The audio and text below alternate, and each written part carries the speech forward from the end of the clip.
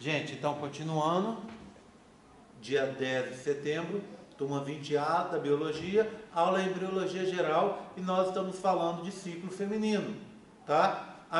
O meu questionamento é o seguinte: como é que você consegue, como é que o seu aplicativo de celular consegue definir qual é o seu dia fértil, qual o seu dia daqui a 2, 3 meses, como é que ele consegue definir que no dia 20 de novembro você vai estar em TPM? Como é que ele consegue fazer isso? Vocês têm ideia? É porque a parte final do ciclo feminino, ela é constante. Então a fase secretória, independe se o seu ciclo é de 28, de 26, de 30, ela é sempre constante. Portanto, aí fica fácil fazer o cálculo. Por exemplo, vamos supor que o seu ciclo seja de 28. Você menstruou hoje. O seu dia fértil vai ser daqui a 14 dias. Ou seja, hoje é dia 10, dia 24. Tá? Vamos supor que o seu ciclo seja de 30. Você vai fazer o quê? A parte final do ciclo é constante. Então você vai tirar 14 dias do seu ciclo para você estar no seu dia fértil. Então vamos lá, ó. Seu ciclo é de 30. Significa que hoje é dia 10, né? Dia 10, esse mês tem 30 ou 31? 30. Então seria mais 20 dias desse mês, se ela menstruou hoje. Mais 20 dias desse mês, mais 10 dias do mês que vem. Então, o seu próximo ciclo se iniciaria no dia 10 de outubro. Concorda comigo? Tá? 10 de outubro. O ciclo de 30. Você tira 14 dias desse período. Ou seja, você vai para dia 26 de setembro. Então, seu dia fértil é dia 26 de setembro. Por quê? Porque a fase final do ciclo é constante. Vamos supor que o seu período seja de 26. Tá? De 26. Você está menstruando hoje. Você tira 14 dias do fase final do ciclo. 26 menos 14, 12. Hoje é dia 10. Ou seja, seu dia fértil vai ser dia 22. Tá vendo? É assim que funciona. Se o seu ciclo for regular, seu ciclo pode se alterar. E aí não há aplicativo de celular que consiga resolver esse problema. Tá? Mas se ao longo do tempo que você for alimentando o celular com essas informações, ele vai ficando cada vez mais preciso. Uma coisa é você dar informação de 3 ciclos, outra coisa é você estar usando o aplicativo durante 3 anos, ter dado aí mais de 30 ciclos para ele de informação. Tá vendo? Então, ele fica cada vez mais preciso em relação, tentando até às vezes avaliar alguma alteração no seu ciclo. Tá certo? Tudo bem? Tranquilo? Entenderam como é que funciona? Então, é por isso que dá certo. É por isso que o pessoal faz aquele método contraceptivo da tabelinha, já viram? Como é que você faz a tabelinha? Desse jeito. Você pega e vai anotando todos os seus dias de menstruação. Então, eu menstruei hoje, conto. Próxima vez que eu for menstruar, conto de novo. E assim eu vou contando e vou sabendo o quê? O intervalo entre uma menstruação e outra foi de 30 dias. Eu tiro 14. Então eu vou ter o quê? Se eu menstruei hoje, eu ponho mais 16 dias, vai ser meu dia fértil. Tá vendo? Funciona desse jeito. O que eu faço? Eu vou evitar ter relações próximas do meu dia fértil. Bem, conforme, não sei se eu já falei aqui, se eu estou falando pela primeira vez, tá? A gente vai falar vai ter uma aula só sobre contracepção, e a gente vai poder falar bastante sobre isso, mas é importante lembrar que esse método comportamental da tabelinha não funciona, tá? Por que ele não funciona? Muita gente usa, mas não funciona.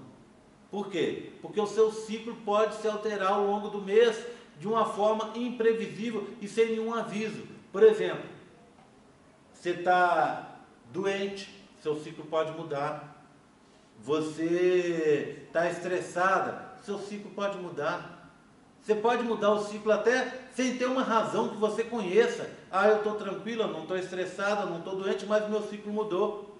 Tá? Então, assim, pode acontecer e ele muda sem aviso prévio.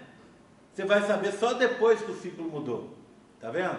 E você fazendo esse controle pelo aplicativo, e você está vendo que seu ciclo está sempre mudando, tem que ficar esperto, tem que começar a se prevenir mais ainda. tá? Ter relação sexual, preferencialmente, gente, sempre protegido, justamente por causa desse tipo de coisa, tá? Tudo bem, tranquilo? Entenderam como é que funciona o ciclo feminino? Tá? Bem, então agora eu quero começar falando dos hormônios. Eu vou pular aqui, ó, e vou contar para vocês que o negócio funciona assim. Lá dentro da cabeça da gente, a gente tem uma parte do encéfalo que a gente chama de hipotálamo. Esse hipotálamo recebe informações internas e externas e vai, com essas informações, controlar uma glândula que eu tenho aqui no meio da minha cabeça, muito protegida por um osso, tá vendo? Ela é totalmente protegida por um osso que a gente chama de célula túrcica. Essa glândula é o que o pessoal antigo chamava de pituitária e que a gente chama atualmente de hipófise. É uma glândula dividida em duas regiões, a hipófise posterior, ou neurohipófise, que produz dois hormônios só, a ocitocina, que tem a ver com o trabalho de parto, produção do leite, com a coesão social da família. É super bacana essa história, mas não é uma história que me interessa hoje, tá? E a vasopressina, que é aquele hormônio, o ADH, lembra disso? Tá? Esse hormônio controla a pressão sanguínea. São produzidos pela neurohipófise, tá? Neurohipófise não me interessa. O que vai me interessar é a hipófise anterior, chamada também de adenohipófise. Essa glândula é chamada de glândula mestra do organismo, porque ela produz uma série de hormônios para controlar o funcionamento de outras glândulas. Quer um exemplo? Vamos pegar esse aqui, ó, TSH, hormônio tireotrófico. Ele é produzido pela adenohipófise e controla a tireoide. Essa glândula que eu tenho aqui, ó. O que essa tireoide faz? Produz 3 hormônios, tá? Os mais, não existe mais importante que o outro, tá? Mas os mais conhecidos são o T3 e o T4. O que fazem esses 2 hormônios? Eles controlam a queima da glicose dentro das células. Então, eles controlam o metabolismo celular.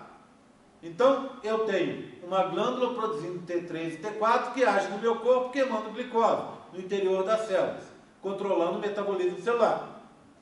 E quem controla essa tireoide é a adenohipófise, tá? Conforme eu falei com vocês, o que me interessa são esses daqui, ó. Então, a hipotálamo vai produzir um composto que se chama GNRH, que a gente vai ver no outro slide. Esse GNRH é um hormônio que controla a hipófise. A hipófise vai produzir 2 hormônios, o LH e o FSH, que vão controlar as minhas gônadas. O que são gônadas? É o local da produção dos gametas, ou seja, os testículos e os ovários, tá? Então a historinha é essa aqui, ó.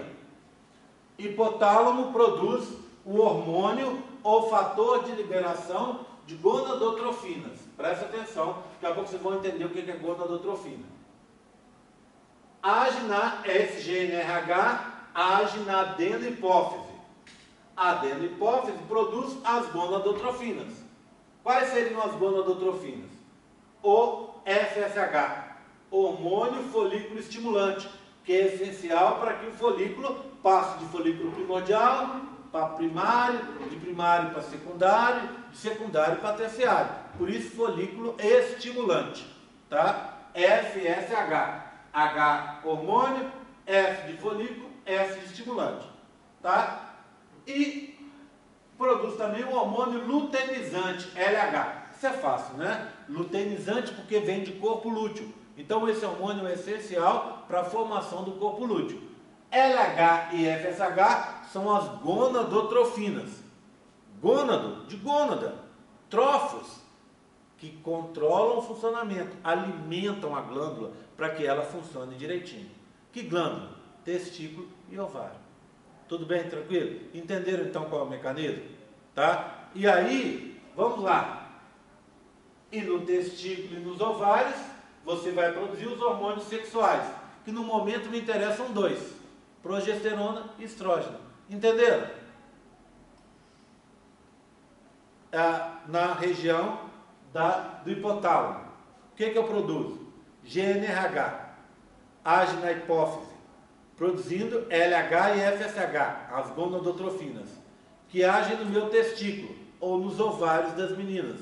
No meu testículo, para que eu produza testosterona. Controla a produção de testosterona. E nas meninas, nos ovários, controla a produção de estrógeno e de progesterona. Tudo bem? Tranquilo? Tá? Entenderam isso? Posso dar mais um passinho à frente? Vamos lá, hein? Bem, já falamos disso. Já falamos disso. Olha esse gráfico. Esse gráfico é uma versão simplificada desse gráfico aqui, ó, que é o gráfico que vocês vão ter que entender. Qual que é o objetivo ao final da aula que vem? Que vocês entendam totalmente essas flutuações hormonais e saibam explicá-las para a prova, tá? Porque eu já falei com vocês e vou falar mais uma vez, tá? Anota aí, na prova sua, na sua prova, lá no dia 29, vai cair uma questão sobre isso, tá? Vai cair uma questão sobre isso, tá bom? Então, uma questão sobre gráfico vai estar lá, ok? Não se esqueçam disso, tá bom? Combinado? Então, já estou entregando uma questão. Vai ter um gráfico e você vai ter que analisar. Para analisar obrigatoriamente, você vai ter que entender e saber explicar esse ciclo hipotalâmico, hipofisário e gonadal do controle reprodutivo, tá? Então vamos lá. Para entender esse gráfico, eu vou passar para cá, ó, para essa figura aqui primeiro. O que eu tenho nessa figura? Vê bem, começar com essa aqui, ó. O que é isso? É um folículo de Graft, um folículo terciário ou um folículo maduro, né? Por que eu sei? Por várias coisas, mas a mais óbvia dela é a presença de um antro único, tá vendo? Só uma cavidade ali. Lembra que esse antro único estava presente só no folículo de Graft? Tá ele ali, tá? Bem, aqui então seria a zona pelúcida, aqui o gameta feminino parado em metáfase 2, aqui a corona radiata, essa regiãozinha aqui é a região do cúmulo zoóforos, esse é o antro único, aqui eu teria as células foliculares e da teca. Tá difícil de ver, né, aqui, porque está meio muito próximo elas. Então vamos fazer uma ampliação dessa regiãozinha aqui, ó, pro lado de cá. Se eu faço essa ampliação, eu vou ver isso aqui, ó. Repara numa coisa, olha, eu tenho essa estrutura aqui. Eu vou pedir para alguém dar um pulinho lá no fundo. Gabriel, faz um favor para mim, vai lá no fundo, apaga a luz, pode ficar só um segundinho lá que eu já vou pedir para você acender de volta, tá? Repara numa coisa, ó, de fora para dentro. Aqui eu tenho umas células achatadas, tá vendo? Essas células achatadas são as células da teca externa, que tem uma função de proteção, por isso elas são achatadas. Essas células aqui cheias de buraquinho são as células da teca interna. Por que elas são cheias de buraco? Porque aqui, antes eu tinha hormônio, e hormônio de natureza lipídica. Quando você produz uma lâmina dessa, uma lâmina de histologia, o que acontece? Você lava isso. E ao lavar essas gotículas de gordura, ficam os buraquinhos. Então a teca interna está cheia de hormônios de natureza lipídica. E eu pedi para o Gabriel ir lá para trás, principalmente para a gente poder ver essa região aqui, ó. Está vendo essas células? Se você olhar, elas são cheias de grãozinhos. Por isso elas se chamam células da granulosa. Daqui para cá eu tenho então as células foliculares ou células da granulosa. O que são essas células da granulosa? São hormônios, tá? Hormônios que foram modificados, que vieram daqui e são modificados aqui, tá bom? Então, as células da teca interna e as células da granulosa estão envolvidas com a produção de hormônios. Por favor, Gabriel, obrigado, viu, cara? Bem, então, vamos seguir agora para a gente entender. O último slide que eu preciso mostrar hoje para vocês, para liberar vocês para casa, tá? Bem, é isso aqui, ó. Preciso que vocês entendam muito bem isso aqui, e ao entender isso aqui, a gente vai conseguir mexer na aula que vem naquele gráfico lá mais complicado, tá? Vê bem, lembra das gonadotrofinas, o LH e o FSH? Aqui está uma delas, olha, o LH. Então, quem produziu esse LH? A hipófise. Esse LH vai agir nas células da teca interna, fazendo com que elas captem o colesterol. O que é o colesterol? Aquela gordurinha que fica lá no sangue, não é isso? Que serve para entupir as artérias. Bem, o colesterol não serve só para isso. O colesterol tem várias funções no organismo. Entre elas, o colesterol é base para a produção dos hormônios sexuais. Então, vê bem, as células da teca interna, que são aquelas lá no nosso modelinho verde claro, não é isso? Aquelas células, elas captam o LH, se ligam com o LH, e quando se ligam com o LH, elas ficam ativadas e conseguem captar o colesterol.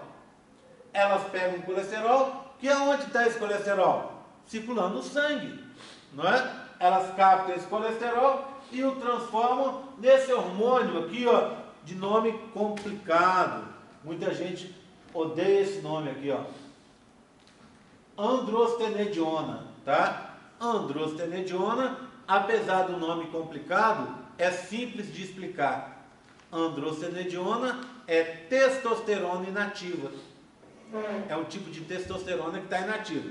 Por exemplo, eu produzo testosterona nos meus testículos. Essa testosterona sai e viaja pelo meu corpo na forma de androstenediona, uma forma inativa de testosterona. Aí eu quero usar essa testosterona aqui no meu bíceps. Eu pego a androstenediona e transformo ela em testosterona, tá vendo?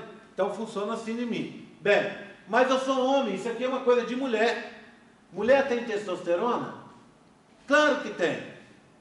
Mas testosterona não é hormônio masculino? Por que a mulher teria hormônio masculino? Para várias coisas. Por exemplo, a testosterona é um hormônio que age junto, que vai ativar a ação da adrenalina. Então, para você ter adrenalina, a testosterona tem um papel preponderante para isso. Você vai pensar, tudo bem, na hora que aparecer um cachorro, eu preciso de adrenalina. Opa, você não precisa de adrenalina só para isso. Eu gosto de falar que a gente precisa de adrenalina até para sair da cama, não é? Até para você levantar e ir do banco no final da aula, você vai precisar de adrenalina. Então, a adrenalina está para a gente, homens, mas está para as meninas também. E a testosterona, que ajuda nessa atuação da adrenalina, está para a gente, homem, e está para as meninas também. A testosterona também é importante para a produção de músculo. E as meninas não têm músculo? Claro que tem músculo. Então não conseguia nem andar, não é? Então tem músculo também. Tá? Testosterona tem esse outro papel. Além disso, testosterona tem dois papéis muito importantes a ver com a sua sexualidade. Testosterona faz você ter libido. O que é libido? Em linguagem vulgar, tesão.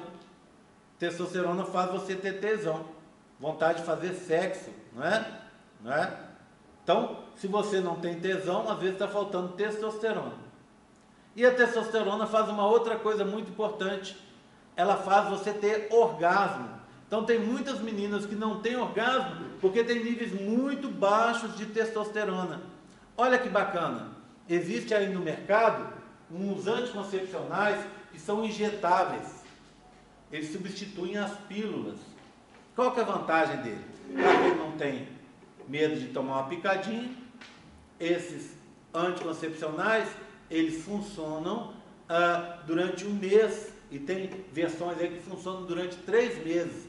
Ao invés de você ter que lembrar de tomar a pílula todo dia, você lembra só aquele dia em que você vai na farmácia e toma uma injeção e acabou. Toma aquela picadinha, um mês protegido. Pronto. Estou contando sobre esses anticoncepcionais porque eles têm uma outra coisa legal. Existe um tipo de anticoncepcional desse que ele tem um análogo sintético da testosterona. Para que serve? Para aumentar a libido e para aumentar a produção de orgasmos da menina.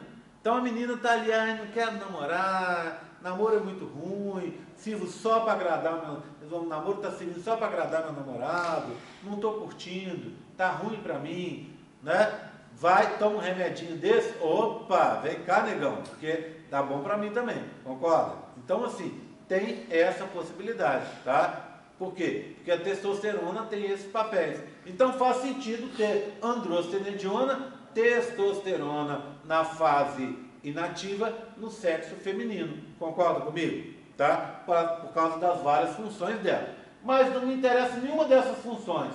O que vai me interessar aqui é o papel da androstenediona nas células da granulosa, que é a mesma coisa que as células foliculares. Então você produziu, sob estímulo do LH, um monte de androstenediona que foi liberado a partir do colesterol, não foi? O que aconteceu?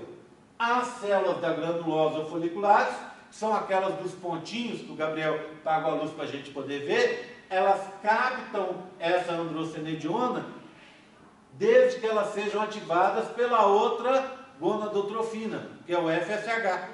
Lembra? LH foi o primeiro lá em cima. FSH a segunda está aqui embaixo, ó.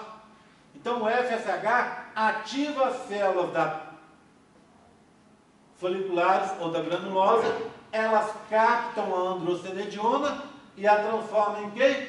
Estrógeno, o principal hormônio reprodutivo feminino. Esses estrógenos representam, na verdade, uma família de mais de 20 compostos. A gente chama de estrógenos, tá? Só que o pessoal costuma, às vezes, simplificar e chamar de estrógeno, ao invés de usar o plural, usar o singular, estrógeno, como se fosse uma coisa só. Alguns autores, inclusive, usam, ao invés de falar estrógeno, eles falam estradiol. E não estão errados, não. Porque, na verdade, o principal dos estrógenos, por ser o mais potente e produzido em maior quantidade no sexo feminino, é o 17-beta-estradiol. Por isso as pessoas usam estradiol como sinônimo de estrógeno. Tá bom? Tranquilo? Hoje eu vou só até aqui. Mas eu preciso de um compromisso de vocês. Que vocês se lembrem para a aula da semana que vem dessa historinha que eu contei. Lembrando dessa historinha, eu consigo explorar aquele gráfico. E explorando aquele gráfico, vocês entendem aquele gráfico. Após vocês entenderem aquele gráfico direitinho, eu vou acrescentar um ou outro item. E aí a gente acaba a parte feminina, que é a difícil. E não é tão difícil assim, né? E acabando a parte feminina, que é difícil, a gente passa para a parte masculina. E é super facinho. Tá combinado, gente? Vocês entenderam? Tá? Podemos então seguir assim? Tá? Alguma dúvida nessa parte até agora? Tá tranquilo? Tá favorável aí? Tá? Então eu vou terminar aqui, vou fazer a chamada. Só lembrando uma coisa que alguém me perguntou, já não sei mais, foi dessa turma. Segunda-feira eu começo a dar aula de manhã cedo. Quando chega esse horário eu já nem sei mais o que eu falei, quem me perguntou, que turma que foi e tal. Então assim, me perguntaram sobre as monitoras. As monitoras já foram selecionadas e vão começar a trabalhar essa semana. O nosso único problema vai ser a ocupação do ambiente aqui por esse congresso, tá? Mas elas já estão disponíveis para trabalhar. Eu selecionei 3 monitoras. Provavelmente 2 delas vocês conheçam, tá? Aqui principalmente o pessoal da biologia, não é? Né? Tem alguém da nutrição aqui? Pronto.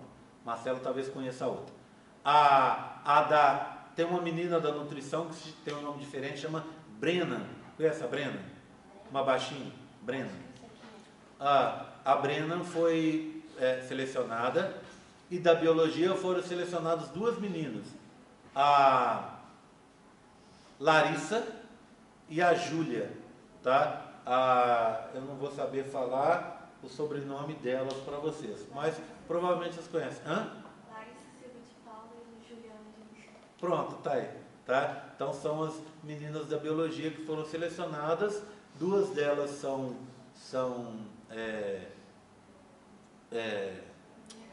remuneradas. Aí, pode vir aqui e terminar de falar, que eu já nem sei mais falar mais. Tão cansado que eu estou. 2 são remuneradas e uma é voluntária. Independente se é remunerado ou voluntário, o tratamento é o mesmo e a obrigação é a mesma. Então as meninas vão estar trabalhando com vocês esse semestre aqui. Tá combinado? E aí o funcionamento é daquele jeito. Elas põem do lado de fora o horário, mais o telefone de contato delas, e no período elas vão estar aqui na sala. Elas chegam na sala, ficam meia hora, se aparecer alguém, elas atendem. Se não aparecer, elas dão linha, vão embora, tá? Se você quiser vir no horário diferente daquele horário que está marcado, tipo, ela marcou agora, vamos supor, 6 horas da tarde. Você vai sair, fazer um lanche, quer voltar aqui às 7 horas da noite. Ainda estaria dentro do horário dela. É só você avisar, olha, o Júlia, o Brena, o Larissa, eu vou estar chegando às 7 horas, por favor, me espere. Elas sabem que elas têm essa obrigação, tá? Elas só não vão ficar se não tiver ninguém combinado, tá bom? Tá? Entenderam como é que funciona então? Tá bom? Vou fazer a chamada. Alguma dúvida desse assunto? Posso encerrar? Chamadinho.